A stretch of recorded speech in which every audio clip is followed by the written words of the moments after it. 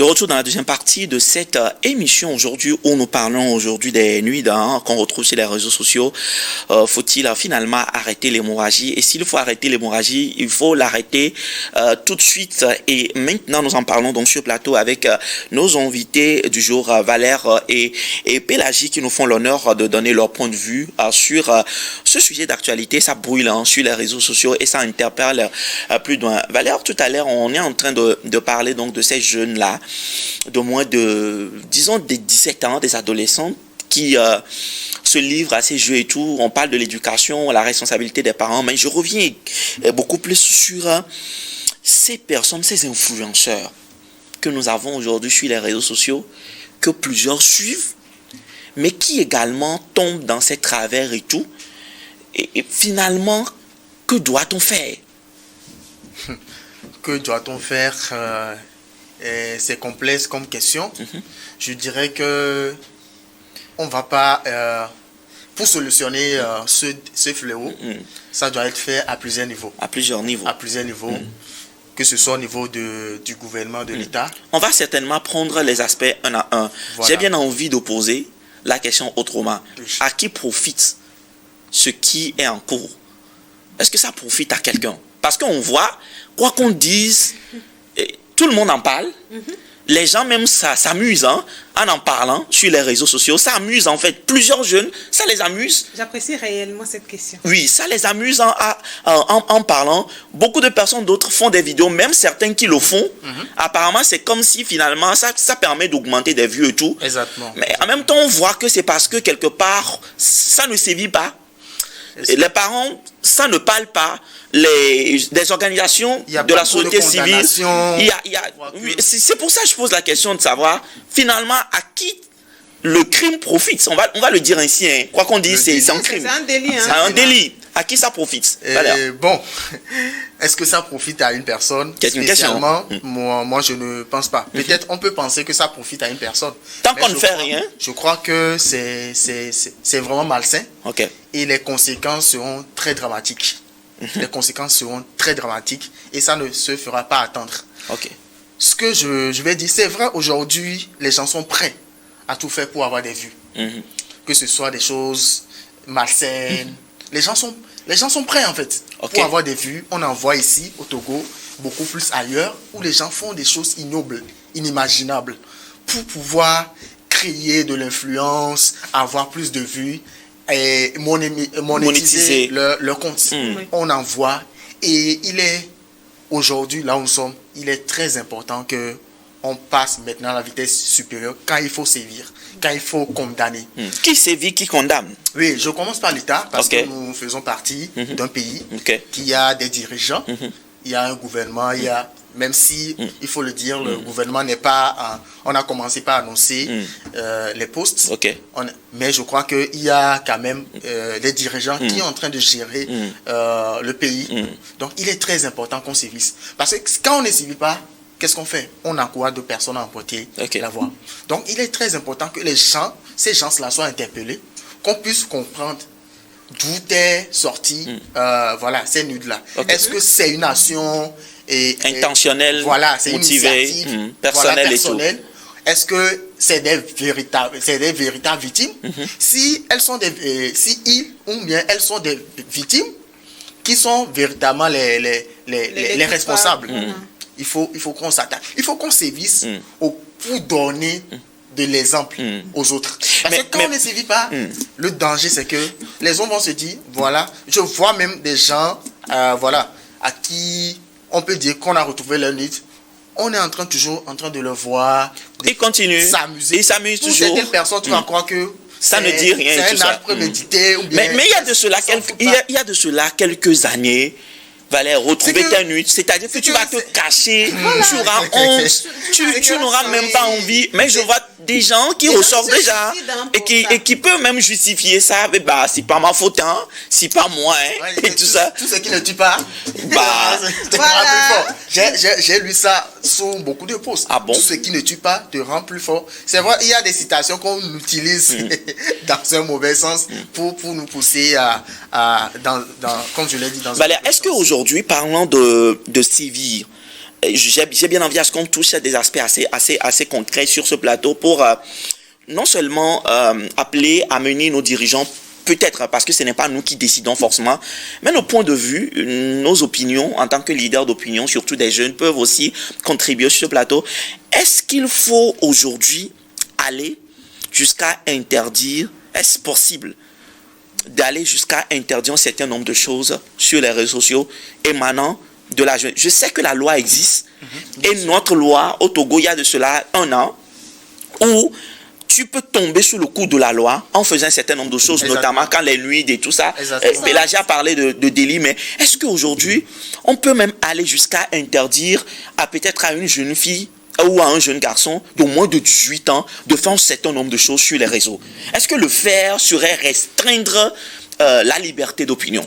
Le faire un certain nombre de choses, je me demande quelles sont ces... Par exemple, s'exposer sur les réseaux sociaux, montrer déhanché par exemple sur les réseaux sociaux, montrer une partie de son corps sur les réseaux sociaux et que des milliers de personnes viennent commenter, liker, dire du n'importe quoi, des balivernes, j'ai bien envie de dire ça, des choses qui choquent en fait l'entendement sur les réseaux sociaux. Est-ce qu'aujourd'hui l'État doit prendre la mesure de la chose et interdire ça sur les réseaux? Est-ce possible? Alors, tu vois, Coco, quand on prend par exemple un enfant qui fait des déhanchés, peut-être c'est toi qui vois que c'est grave, hein. Pour une autre personne lambda, c'est pas si grave que ça. Donc, je ne sais pas. Donc, pour toi, il est difficile pour l'État de trancher, c'est ça? Oui, oui. De prendre une position? C'est ça? J'apporte peut-être de l'eau à son moulin.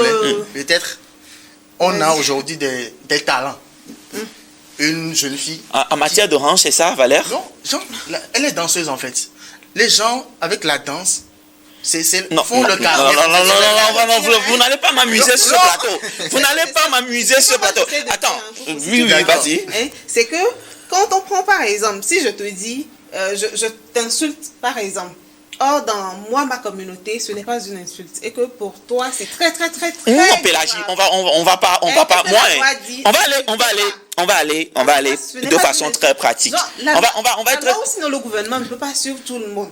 Genre, dès que tu es aujourd'hui sur TikTok, on te suit, on voit si tu fais... On ne peut pas surveiller tout le monde à la fois.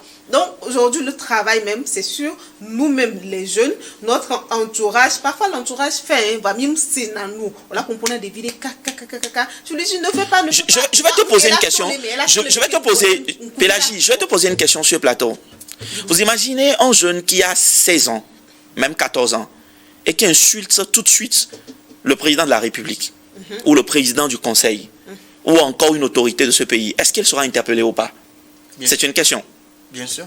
C'est possible, c'est une possibilité. Oui. Ça, c'est déjà arrivé, je pense. On a interpellé les gens. Voilà. Maintenant, je pose la question de savoir pourquoi est-ce que si cette personne se retrouve avec ses parties, les parties intimes de son corps sur les réseaux sociaux, on ne pourra pas l'interpeller. C'est ma question. Je crois qu'il y a 2 ans, un TikToker s'est retrouvé en live. Je pense qu'il a essayé de se déshabiller et il a été pris comme ça.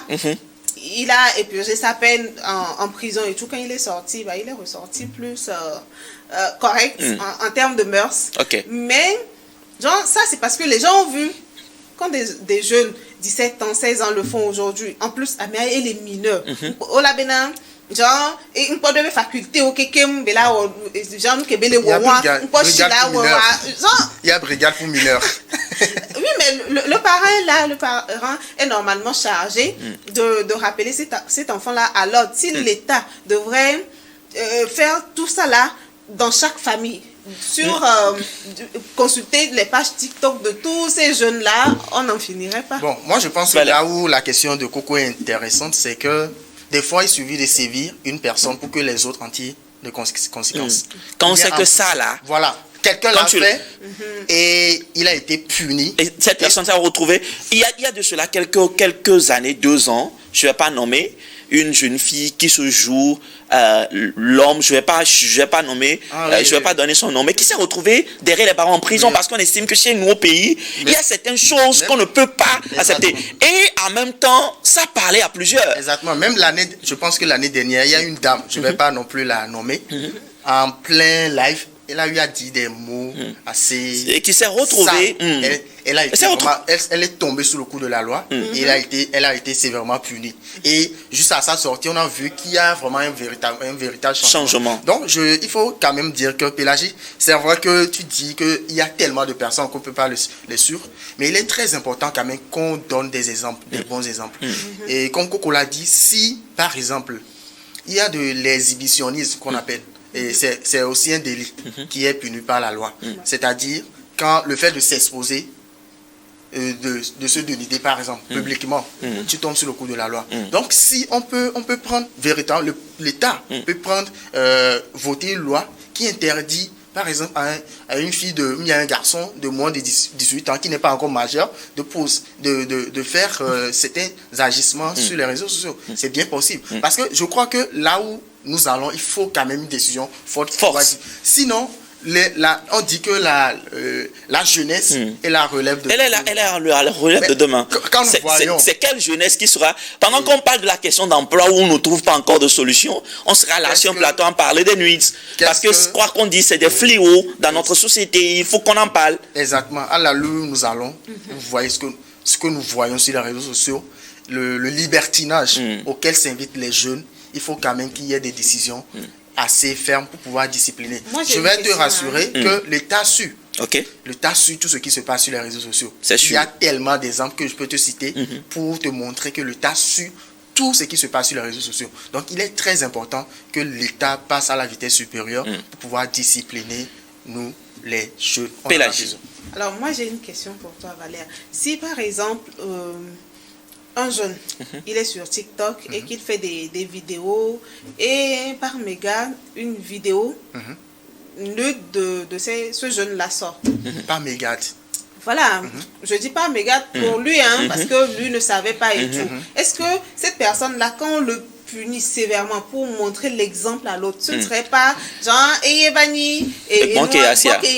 mais je pense que dans ce contexte, Valère voudrait simplement dire que on va pas prendre quelqu'un tout de suite et commencer par punir. Il faut que des enquêtes soient faites derrière pour voir la cause. Je suis désagréablement surprise de ne pas voir d'article où aujourd'hui, par exemple, quand je faisais des recherches, je n'ai pas lu d'article qui détaille les faits réellement par rapport à ces personnes, pas de journaliste qui ait approché ces personnes-là qui ont été victimes de tout ce qu'on a eu à voir sur les réseaux dernièrement, où on nous explique les faits pour qu'on puisse comprendre, ou même, je ne sais pas si c'est le travail aussi de la police parfois de le faire, d'aller et de nous faire un rapport complet pour qu'on puisse comprendre nous aussi réellement, parce que on peut être là juger de loin, mais on ne sait pas ce que ces personnes-là subissent, même si c'est cette personne-là qui a filmé.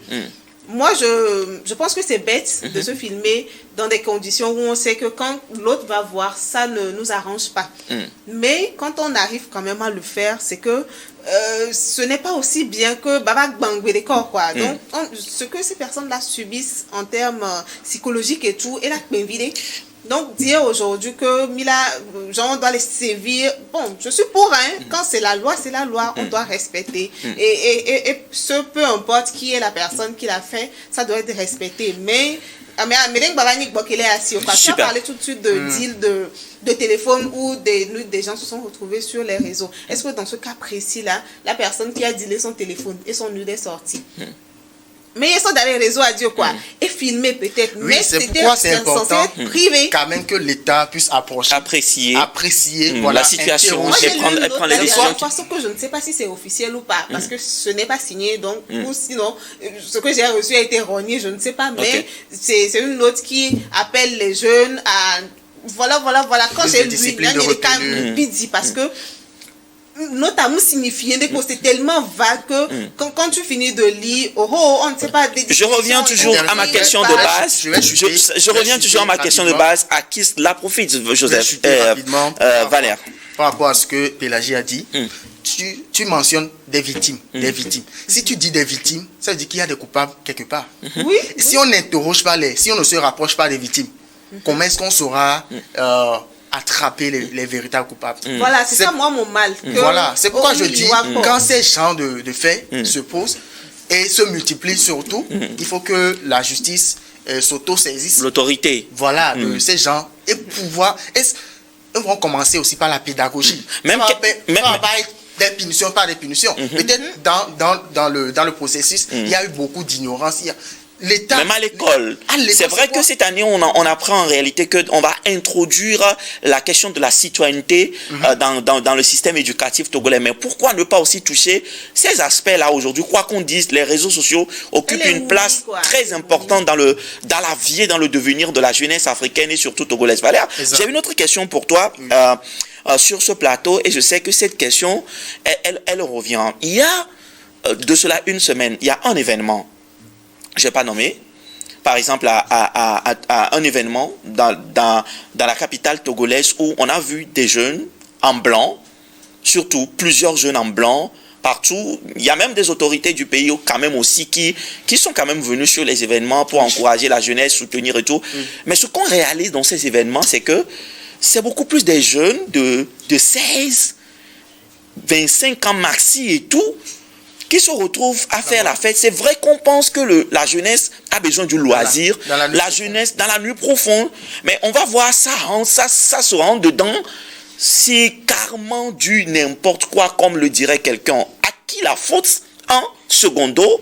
Comment on peut expliquer? Est-ce que c'est parce qu'il y a manque des opportunités de loisirs? On va dire les choses telles qu'elles sont sur le plateau. C'est parce qu'il y a un manque des opportunités de loisirs. Est-ce qu'il n'y a pas, peut-être, il y a un manque de cette culture qui permet à ce qu'on puisse s'épanouir autrement?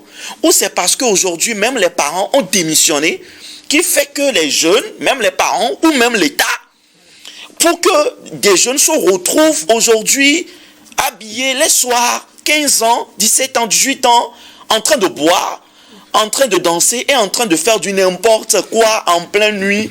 Voilà, Coco, si tu permets, avant que Valère ne réponde, j'ai vu le statut WhatsApp d'une fille qui a mis sa vidéo à cet événement-là dont tu parles, et puis elle met je ne sais pas, en sous-titrage que c'est pas de ma faute ou de notre faute si vos parents ne vous laissent pas sortir. Waouh. J'étais choquée. Waouh. Vous pouvez imaginer qu'un aîné m'a dit que son petit frère lui a demandé, grand frère, j'ai juste besoin de 3000 et tout ça.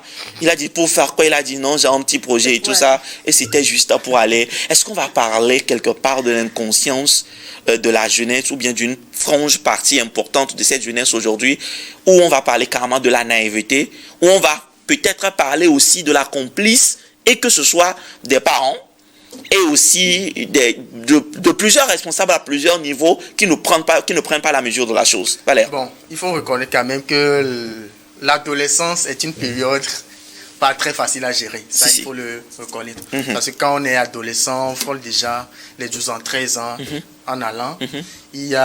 On a envie de faire tellement de choses. On veut acquérir une certaine liberté.